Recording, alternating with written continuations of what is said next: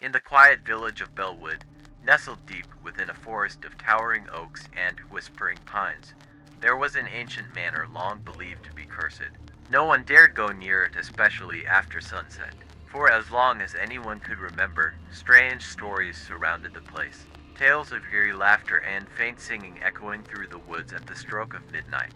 But what haunted Bellwood most were the missing children. Over the past century, every 10 years like clockwork, a child would vanish. Always at night. Always without a trace. The villagers, gripped by fear, whispered of dark forces, but they never spoke openly of it, as though afraid the very words would summon something unspeakable. The last disappearance had been that of a boy named Thomas. He was 7, with pale blonde hair and innocent, wide eyes. He was last seen playing near the edge of the woods just before dusk, his mother's voice still calling him to come home. The search parties found nothing, no sign of struggle, no footprints. It was as though he had simply evaporated into thin air. But Thomas wasn't the first. He was the most recent of many over the years, all taken at the same age, all boys and girls of similar innocent looks. Rumors began circulating that there was something unnatural about these disappearances, and the manor dark, abandoned, and foreboding stood at the heart of it all. One cold, misty night, Clara, a young woman who had grown up hearing the legends, decided to investigate. Clara's younger sister had been one of the lost, taken by the mysterious forces when Clara was just a child. The grief had consumed her family, and her mother had never recovered from the loss. Clara, now an adult, was determined to confront whatever lay hidden in that cursed manor. She approached the old house cautiously, the air thick with the scent of damp earth and rotting wood. Vines crept along the decaying walls, and the windows were dark, cracked, and covered in years of dust and neglect. As Clara stepped closer, the wind howled through the trees, as if warning her to stay away. Ignoring the creeping dread in her gut, Clara pushed open the heavy door. Inside, the manor was deathly silent, save for the faint creaking of the floorboards beneath her feet. Cobwebs hung like veils, and the stench of decay filled her nostrils. She lit a small lantern she had brought, casting flickering shadows across the walls. And then she heard its soft laughter, like children playing in the distance. Her blood ran cold. It came from somewhere deeper within the house, but there was something off about it, something hollow, like an echo of joy long lost. Determined, Clara followed the sound, her heart thudding in her chest. She descended a narrow, spiraling staircase that led into the bowels of the manor. The air grew colder the deeper she went, until her breath puffed out in front of her like mist. At the bottom of the stairs was a large, decrepit room. The walls were covered in faded murals of children dancing in fields of flowers, images that felt grotesque in the eerie silence. But what truly caught her eye were the figures standing in the center of the room. A group of children. Their eyes glowed unnaturally in the dim light, and their skin was pale as bone. They watched Clara with eerie stillness, their lips curled into sweet, innocent smiles. But there was something predatory in their gazes, something dark and ancient lurking behind their youthful faces. One of the children stepped forward, a girl with long, dark hair and hollow eyes. "Are you here to play with us?" she asked in a voice that was soft, almost melodic. Yet beneath the sweetness, there was a hunger that sent chills down Clara's spine. "What are you?" Clara asked, her voice trembling. "We are the children of midnight," the girl replied, her smile widening to reveal sharp, pointed teeth. "We were once like you, but now we belong to the night." Clara felt her blood turn to ice. She had heard the stories of vampires before, but nothing had prepared her for this innocent children, twisted into monstrous forms by some unspeakable curse. The children began to circle her, their eyes gleaming in the dark. "We need more to join us," the girl whispered. "We're always so lonely." Clara backed away, her heart racing. But the children moved with supernatural speed, blocking her exit, their small hands gripping her arms with impossible strength. "You will stay with us," the girl said, her voice filled with dark delight. "And soon, more will come. The village will never understand. They think it's the forest, the spirits, the beasts, but it's us. We take what we need, and we're always hungry." With a jolt of terror, Clara broke free of their grasp and ran, the sound of their laughter echoing behind her as she fled the manor. She didn't stop running until she reached the safety of her home. But even then, the nightmare followed her. She never spoke of what she had seen, for who would believe her? But she knew the truth. The children of midnight were real, and they were waiting for the next child to vanish into the night, waiting for their numbers to grow. And deep within the cursed manor, their soft laughter and hollow voices continued to echo in the dark. But the village remained blissfully unaware, blind to the danger that lurked in the shadows. For now, weeks passed, but Clara could not shake the horror of that night in the manor. The faces of those pale, monstrous children haunted her dreams, those glowing eyes, the sharp smiles hiding beneath the innocent facades. Each night, she awoke in a cold sweat, the ghostly laughter ringing in her ears. She tried to warn the villagers, but her story was met with disbelief and ridicule. The manor's just an old house, they'd say. Those tales are for scaring children, nothing more. No one wanted to believe that the lost children had become something far more sinister. But Clara knew better.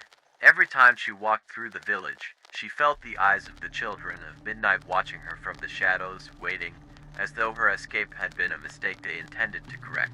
One evening, just before dusk, she noticed something peculiar. A small boy barely 6 years old was lingering near the edge of the woods, exactly where Thomas had disappeared. His name was Oliver, and Clara recognized him as one of the children in the village. "Oliver," she called, rushing over to him, her heart pounding. "You shouldn't be here, not this close to the woods." The boy looked at her with wide, confused eyes. "I was playing hide and seek," he said softly. "I thought I saw my sister." Clara's heart skipped a beat. "Your sister?" He nodded. "She's been gone a long time, but I saw her. She waved at me." Oliver's sister had been taken by the children of midnight nearly a decade ago. Clara's blood turned to ice. "You need to stay away from the forest," she whispered urgently, gripping his shoulders. "Do you understand? Stay far away." Oliver nodded, though he didn't seem to understand the true danger. Clara hurried him back to the village, but her mind was racing. The children of midnight were still at work, luring more to their cursed existence. Oliver had seen his sister, or what had once been his sister. They were taunting her now, playing with her fears. That night, Clara decided she had to do more than just run from the past. She had to confront the children of midnight again before they took another innocent life. She couldn't bear the thought of another family torn apart by their cruelty. Arming herself with nothing but a silver cross, a small knife, and a lantern, Clara ventured back to the manor under the cover of darkness. This time, she wasn't going to let them scare her away. She had to understand what they were, how they could be stopped if they could be stopped at all. As she approached the manor, the air grew colder, and the oppressive silence of the night pressed down on her. The shadows of the trees seemed to twist and writhe as if alive, as if the forest itself was conspiring against her. Clara entered the manor cautiously, her footsteps echoing off the rotting walls. The house was just as she remembered, filled with that sickly sweet scent of decay and death, the faint, mocking laughter still lingering in the air. She made her way down to the same decrepit room where she had seen the children before. To her surprise, the room was empty this time. No glowing eyes, no sharp-toothed smiles. Just the eerie murals of children dancing in fields of flowers. But Clara knew better than to trust the silence. She could feel their presence, watching her from the shadows, waiting for her to make a mistake. Suddenly, a voice broke the stillness. "You came back." Clara spun around, her heart leaping into her throat. Standing in the doorway was the same girl from before, the one with the long, dark hair and hollow eyes. But this time, there was something different about her. She looked almost human. Almost. "Why are you doing this?" Clara demanded, her voice trembling with anger. "Why do you take them?" The girl tilted her head, as though confused by the question. "We don't take them. They come to us. We only show them what they want to see." Clara frowned. "What do you mean?" The girl's smile faded, and for a moment, something flickered in her eyes, something almost like sadness. "We were taken once, too, a long time ago. But now, we are bound to this place. The house, the night, the darkness, it keeps us here. And so we wait for others to join us." But why children? Clara pressed. Why must they suffer? The girl's eyes darkened. It is not us who choose. It is the house. It calls to them. We are only its keepers. Clara's blood ran cold. The house itself was a malevolent force, a dark entity that fed on the innocence of children, trapping them in its twisted grasp. The children of midnight were merely pawns in a much larger, more terrifying game. What if we could break the curse? Clara asked, desperation seeping into her voice. What if we could free you? The girl's expression softened for the briefest of moments, but then her eyes hardened once more. There is no breaking the curse, she whispered. We have tried, and we have failed. The house will always win. And you should not have come back. Before Clara could respond, the laughter started again, this time louder, more menacing. The other children began to emerge from the shadows, their eyes glowing, their sharp teeth gleaming in the dim light. They circled around her, their movements fluid and unnerving, like wolves stalking prey. Clara gripped the silver cross tightly, holding it out in front of her. I won't let you take any more children, she said, her voice shaking but defiant. The girl smiled subtly. You cannot stop what has already begun. And then, with a sudden, unnatural speed, the children lunged at Clara. She fought back with everything she had, swinging the knife and the cross wildly, but it was like trying to fight shadows. They were too fast, too powerful. Just as she felt herself being overwhelmed, a deafening crack echoed through the room. The ground beneath her feet trembled, and the walls of the manor seemed to groan in protest. The children recoiled, their faces twisted in fear for the first time. Clara stumbled backward, her heart racing. The house was waking up. Something far darker and more dangerous than the children was stirring beneath the surface. Before she could react, the floorboards beneath her splintered and gave way, plunging her into the darkness below. As she fell, Clara realized with a sickening certainty that the house was alive, and it had been waiting for her all along. Clara tumbled into the darkness, her scream swallowed by the yawning abyss beneath the manor. She hit the ground hard, the impact sending a sharp jolt of pain through her body. Groaning, she tried to push herself up, but her limbs felt weak and heavy, as though something unseen was pressing her down. Above her, the shattered floor of the manor creaked and groaned, the children of midnight peering down with their glowing eyes, their expressions eerily calm. You're where you belong now, the dark-haired girl whispered from above. Her voice echoed through the darkness, growing fainter as the house sealed itself, closing off any escape. Clara was trapped beneath the manor, alone in the suffocating blackness. She forced herself to her feet, her lantern miraculously still flickering beside her. The light revealed an endless stone corridor, stretching into the distance, its walls damp and lined with ancient, grotesque carvings. The air was thick with the stench of rot and something far older, something foul that seeped into her lungs with every breath. Clara stumbled forward, her mind racing. She couldn't stay here. She had to find a way out, had to destroy whatever evil lay at the heart of the house. But with every step, the oppressive weight of the darkness grew heavier, and the whispers began. Soft at first, then louder, more insistent, like thousands of voices calling her name. Ahead, she saw a faint light, a glimmer of hope in the distance. She hurried toward it, her heart pounding. As she approached, she realized it wasn't a light at all, but an altar, an ancient stone slab covered in strange symbols that pulsed with a sickly, greenish glow. Standing around the altar were figures, draped in black cloaks, their faces hidden in shadow. Clara stopped short, her breath catching in her throat. She recognized one of the figures immediately, Thomas, the boy who had disappeared. He was standing there, his once innocent face twisted in a mask of sorrow and rage. Thomas, Clara whispered, but Thomas didn't respond. His eyes were hollow, lifeless, his mouth fixed in a tight line. He wasn't Thomas anymore, he was something else, something bound to the house's will. The cloaked figures turned toward Clara in unison, their eyes gleaming beneath their hoods. One stepped forward, lowering its hood. It was a woman, pale and ancient, her skin pulled tight over her bones. Her eyes were the color of pitch, her lips cracked and dry. The house has chosen you, the woman rasped, her voice like dry leaves crumbling in the wind. You cannot escape. You will become one of us. Clara took a step back, clutching the silver cross tighter in her hand. I won't, she said, her voice trembling.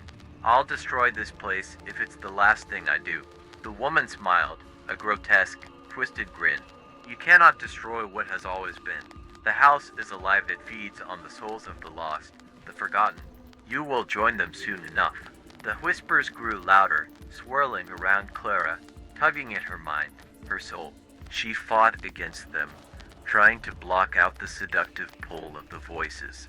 They promised her peace, release from the pain, the suffering, the grief that had haunted her since her sister's disappearance. They whispered of reuniting with the lost children, of becoming part of something eternal. But Clara knew it was a lie. The house didn't grant peace, it consumed, twisted, destroyed.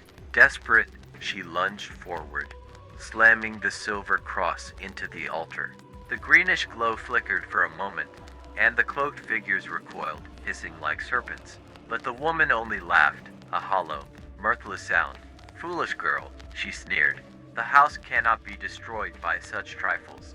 It is ancient, older than you can imagine. It will outlast you, and all who come after.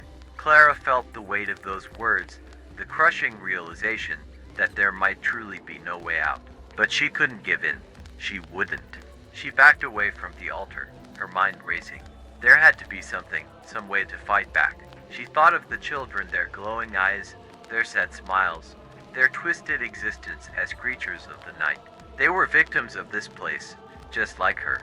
But perhaps, deep down, they still had some remnants of their humanity left. Clara closed her eyes, focusing on those children, reaching out to them with her thoughts. You don't have to be bound to this place, she whispered. You can break free. I know you're still in there. You're more than what this house has turned you into. For a long, agonizing moment, there was only silence.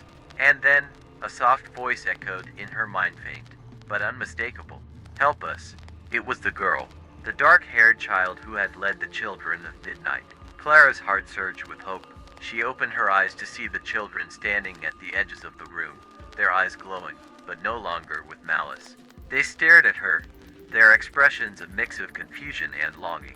The cloaked woman hissed, raising her hands as if to strike Clara down. But the children moved faster. They swarmed toward the altar, their small hands glowing with an eerie light. The woman screamed as they grabbed hold of her, pulling her down toward the stone slab. Clara watched, breathless, as the children's light grew brighter, enveloping the altar and the woman in a swirling vortex of energy. The house trembled violently, the walls cracking, the floor buckling beneath their feet. For a moment, it seemed as though the house itself was fighting back, trying to hold on to its power. But the children's light was too strong. The darkness began to peel away, and the manor let out a deafening roar like the death wail of some ancient beast. The altar crumbled, and the woman vanished in a blinding flash of light. The children stood frozen for a moment, their eyes wide with shock, before they began to fade, their forms dissolving into the air like mist. But before they vanished completely, the girl, the leader of the children of midnight, turned to Clara. "Thank you," she whispered, her voice soft and full of sorrow. "But you must go. The house will not let you leave alive." Clara's heart sank. Even with the children freed, the house's curse remained. She could feel its malevolent presence still lurking in the walls, still waiting to claim her. But she had no choice. She turned and ran, her legs heavy with exhaustion.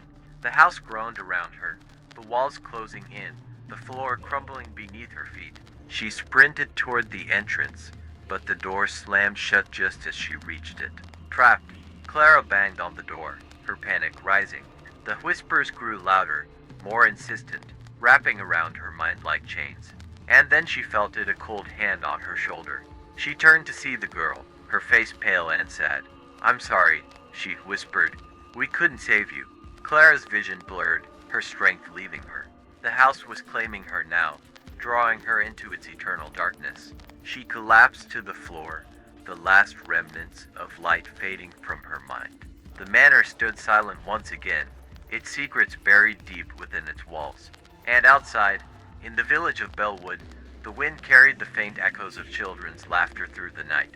The children of midnight were gone, but the house remained, waiting for the next lost soul to wander inside. The end.